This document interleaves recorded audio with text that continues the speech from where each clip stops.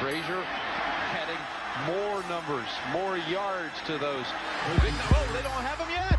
Look at Tommy Frazier. How many tackles can one man break? Touchdown.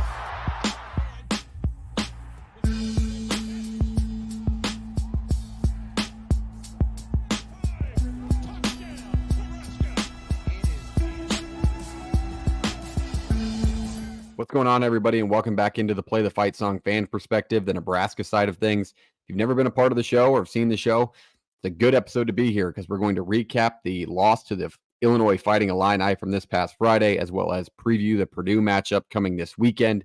It's a big swing game for Nebraska. Obviously, you have to bounce back after a tough overtime loss at home. But looking at the rest of the season and the conference, this will give us a good picture if Nebraska's actually a pretty good competitive football team or not that can compete late in the year in some of these matchups that we have. So big time week, and we are going to preview everything Purdue. Purdue is not off to the greatest start in the world, but let's talk and recap Illinois first. But before we do that, let's talk about our great partner at No Rivals.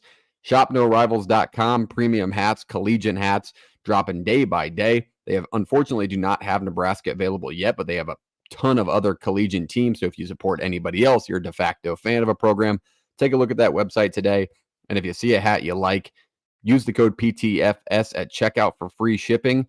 We'll cover that for you. So PTFS is that code. Use it and you get a sweet new cap coming to your doorstep within 5 to 7 days. So shout out to our great partners at No Rivals. If you don't see your team on there, you don't love any team on there, there is a request your team button under the teams tab on their website. You can also let them know who you would like to see. So do that today for our friends at No Rivals. Shout out to them. With that being said, I also want to mention at the end of this video, I'm going to give you a score prediction. And in that score prediction, you have a chance to win a free No Rivals cap. If you drop a score prediction below of the game this weekend, Nebraska at Purdue at 11 a.m. Central, and you hit it on the nose, I'll send you a No Rivals cap. You pick whatever you want off their website, one hat, I will send it directly to you as a part of being at the show. So I appreciate you being here. But with that being said, let's go into the recap of the Illinois game before we talk Purdue.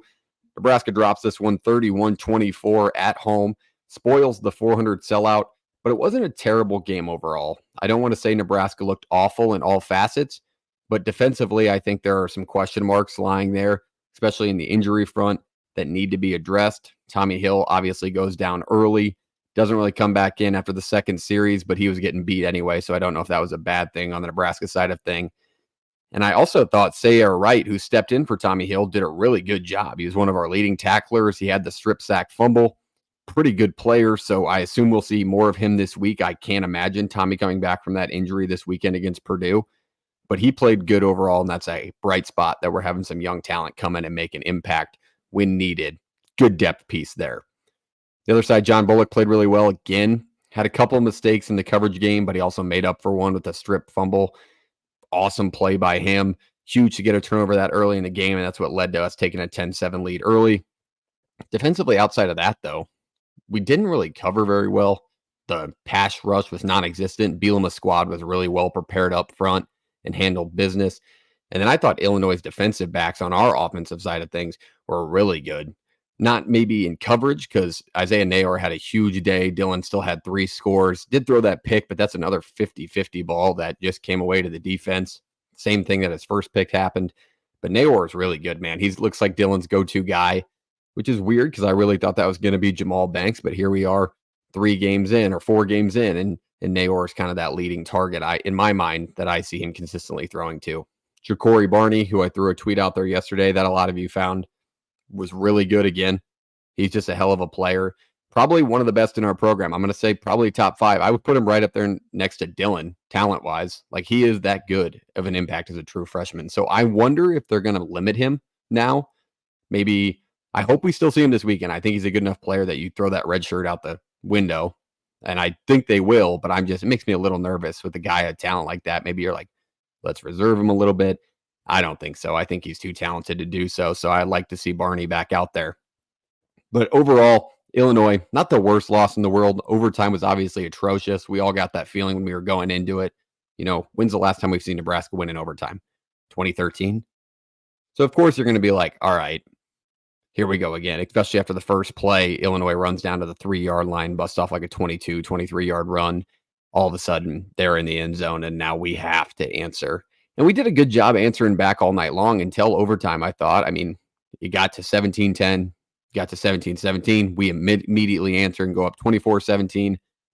Like stuff like that is not something we've seen a lot of the Frost teams do, but we're not used to seeing Nebraska doing over this drought that they've been through. So that's a good positive sign as well. Let's leave it at that. I don't want to go too deep into that one. I do want to mention to close off, Nebraska's to be better at the tempo game on defense. 12:47 left in the fourth quarter. Look it up in the highlights. Illinois ran like a 7-yard bubble route or a 6-yard out, and the entire Nebraska defense was looking at the sideline. That's on coaching. That's on not being prepared. Like, they were tempoing us throughout the entire game, and sometimes it just did not work out. So that's something we need to see improvement in. All right, that's Illinois. Let's focus on Purdue. Purdue's obviously the reason you're here. Let's talk about the Boilermakers. The Boilermakers are 1-2.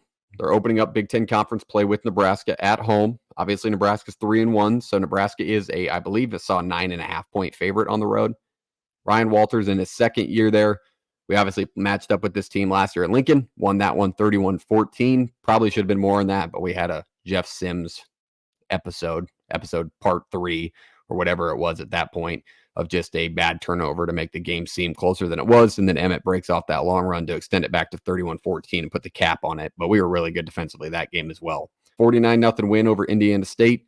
66-7 loss over Notre Dame, or under Notre Dame, I should say.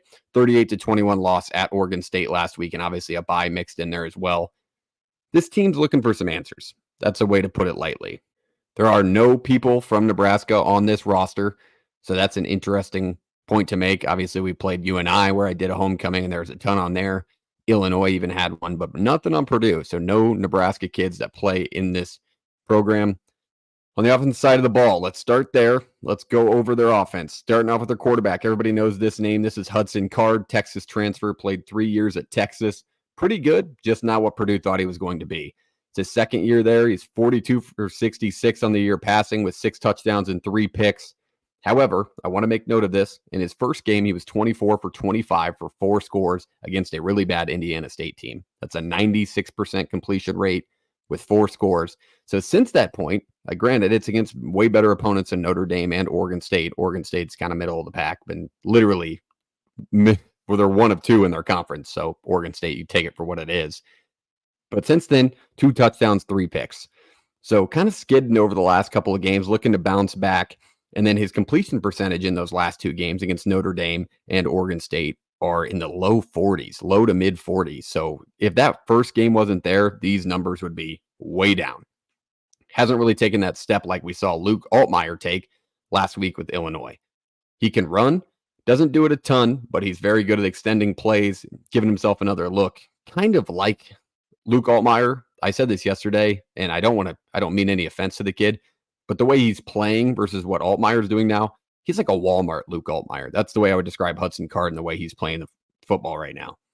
He does try and make the big play a few times. He does, and it gets himself in trouble. I mean, that's when he turns the ball over. He had a really, really bad turnover against Notre Dame where he tried to do like a Mahomes-esque left-handed style pass, pick 6. So I expect him to try and be more conservative to keep Purdue in this game and that offense on the field. I really do think they want to keep their defense off the field, and I'll tell you why here in a bit. But that's really the main focus I see from Card in this week and this matchup against Nebraska is what we should look for. Moving on to the backfield. The backfield.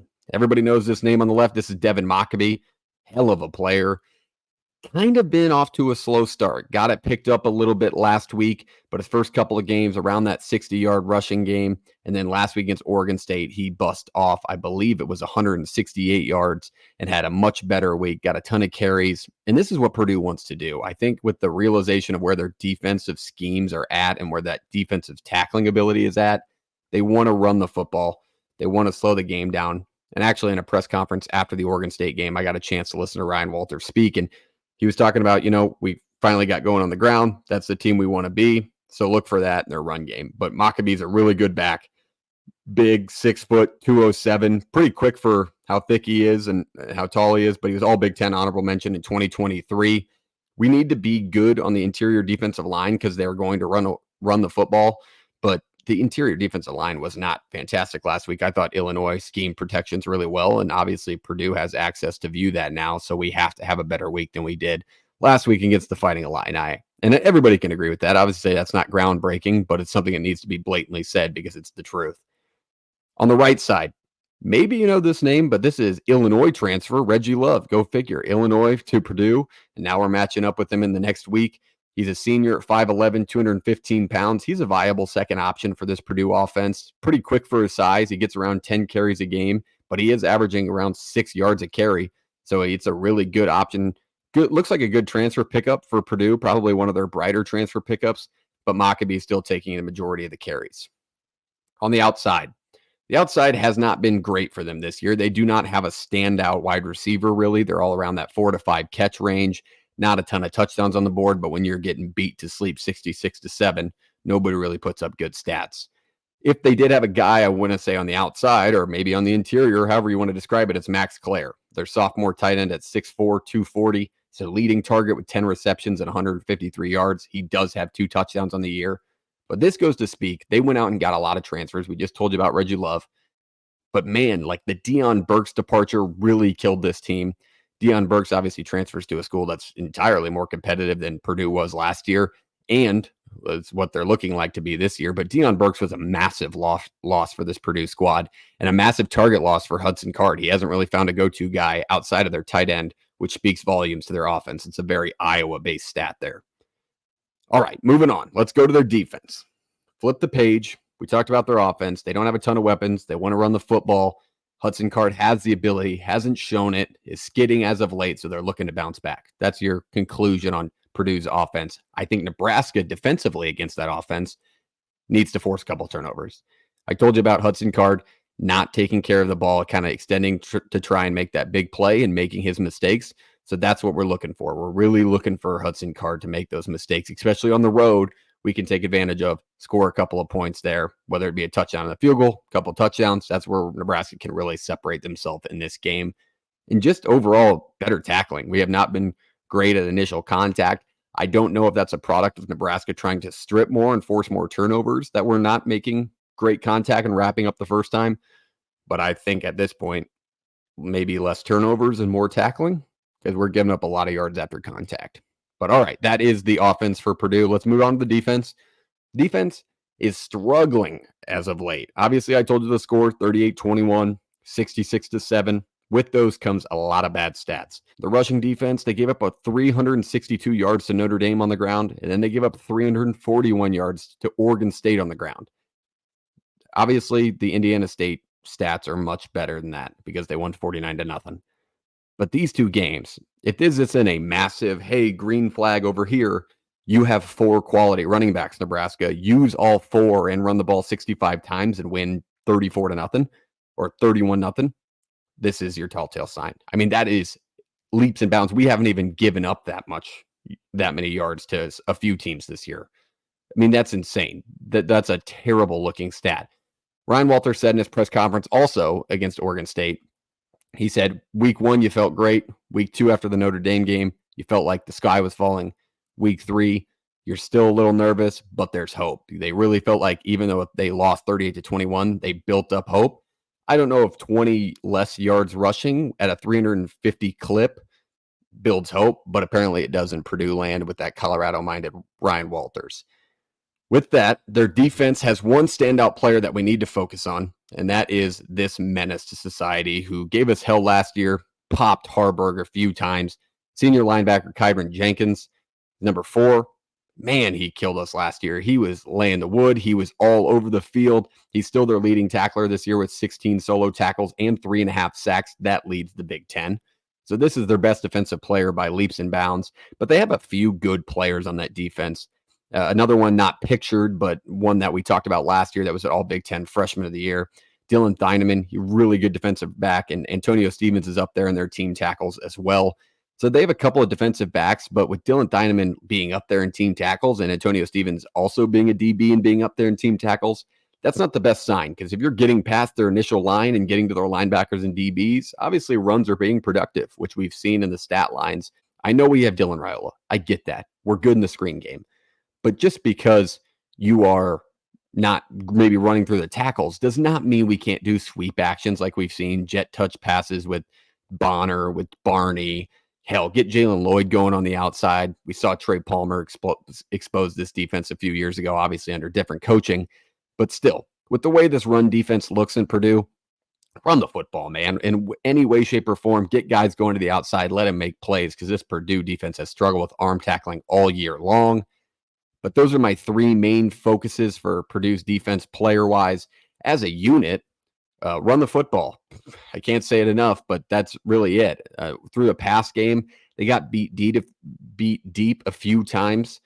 Isaiah Nayor, obviously, is a good target there. That's who we've been throwing deep majority of the year. But I did have a comment coming yesterday that I couldn't agree more with on my Twitter. Throw the ball deep to Jalen Lloyd. I mean, we haven't seen the Ferrari get going a few times this year. I'd like to see that. We saw him go deep on one play. Obviously, he makes that play because it was a really great scheme from Satterfield, but also just a good play by Jalen to come back, make a play on the ball, and get upfield against UNI. But use that speed. I don't think we've utilized it enough, and I know Ja'Cory Barney has that speed as well, and Nayor Banks are just such big bodies that when you get them down the field, they can really make plays. I'd like to see Nayor take a step forward and kind of rip balls away, though, on those 50-50 balls. That's really it for Purdue's defense. I don't have any other massive keys that I've seen from them. They're pretty sound, but they did struggle with arm tackling and obviously defending the run. And it's hard to say, they only gave up 150 through the air. They only gave up 200 through the air, which isn't a ton for most teams. But when you're giving up that much on the ground, teams don't throw. They really limit throwing. I get it. You've played Oregon State, who has a great running quarterback. You've played Notre Dame, who has a great running quarterback in Riley Leonard. That may be a reason that you see numbers like that. But we still have Harburg on the bench to give us those looks. We've seen some great schemes from Satterfield throughout the year with Harburg involved. Rule just said yesterday in his presser that he wants to get him more in the mix of things. I think you're going to see a ton of it this weekend with how focused Nebraska is going to be on running the football, and that will lead to success for them. With that being said, the issues that need to be addressed, the special teams, obviously a massive issue. I don't know if Alvano's going to be back. They didn't really mention it yet. We know Corcoran's out with an injury, so we're going to have somebody young step up on the line. Good week to do so because they're missing presences like Nick Scorton, who transferred to, I want to say it was Texas A&M. He was the Big Ten sack leader last year, so they have holes on their defensive line. This is a good week for our offensive line to kind of get together as a unit now with Corcoran being down and out for a while to get things going on that side of things. But the special teams has to be figured out. I don't know if Alvano's healthy, but John Hull, I think it was just a bit too big of a spot for him last week. He looked fine on the 29-yarder, but even that wasn't technically sound. Snaps need to be better. Holds need to be more consistent. And I know he says it's a work in progress, Rule does, but this is not the time of the year where we need to be a work in progress. We're in Big Ten play now. Games are going to come down to field goals. Field goals are going to matter throughout the game. So it's a little bit unacceptable to have those things come into play as often as Nebraska does. All right. I know I said a lot of negative, especially towards the end, but I talked about the positive side of how bad Purdue's defense has been. I don't see a lot of weapons on their offense. So with that being said, it's time for our score prediction. If you do not remember to drop a score prediction down below, you get a free No Rivals hat if you hit it on the nose. One score prediction per person. If somebody beats you to it, change a number. One score prediction per person for a free No Rivals cap from our partners and us at Play the Fight Song. So hit the subscribe button, hit the like button. Please do the like button. If you're a Nebraska fan, blow up these numbers. Get us to 1,000 subs. We're putting college football content out every day of the week for you guys. That includes the entire country, both Nebraska, Iowa, Iowa State. We just love college football. We want you to embrace it with us, and you're a part of the show. We want you to be within the show. We'll always respond to you, all that good stuff. Put a lot of work and time and effort into this. So shout out to us. Shout out to you for being here. But drop a score prediction below. With that being said, I'm going to drop my score prediction, 34-17. I got Nebraska winning this matchup on the road at Purdue. I think those 17 points just because the beginning of the game, I think Purdue will make a few plays down the field. Maccabee's a quality back. He hasn't maybe put up the numbers, but he is a quality back that can run some people over, and we've struggled tackling. So that's why I think Purdue gets points early in the game. Nebraska finally settles in, get back to their old ways, but I also don't see Purdue stopping Nebraska on the ground. With that being said, 34-17, that's a lower scoring game. That's a cover. So it's all positive on the Nebraska front prediction-wise. But we really need to see some steps forward based off last week to really get an idea of whether or not this team can compete with a USC. Can this team compete with a Wisconsin? on the road, stuff like that. Or we get Wisconsin at home this year, but still, teams like that are pretty experienced and good late in the year. All right, that is everything tonight. I will be back next week to recap the Purdue game and preview the next. We appreciate you being here. Hit the like button, hit the subscribe button. I'll see you next time. Go Big Red.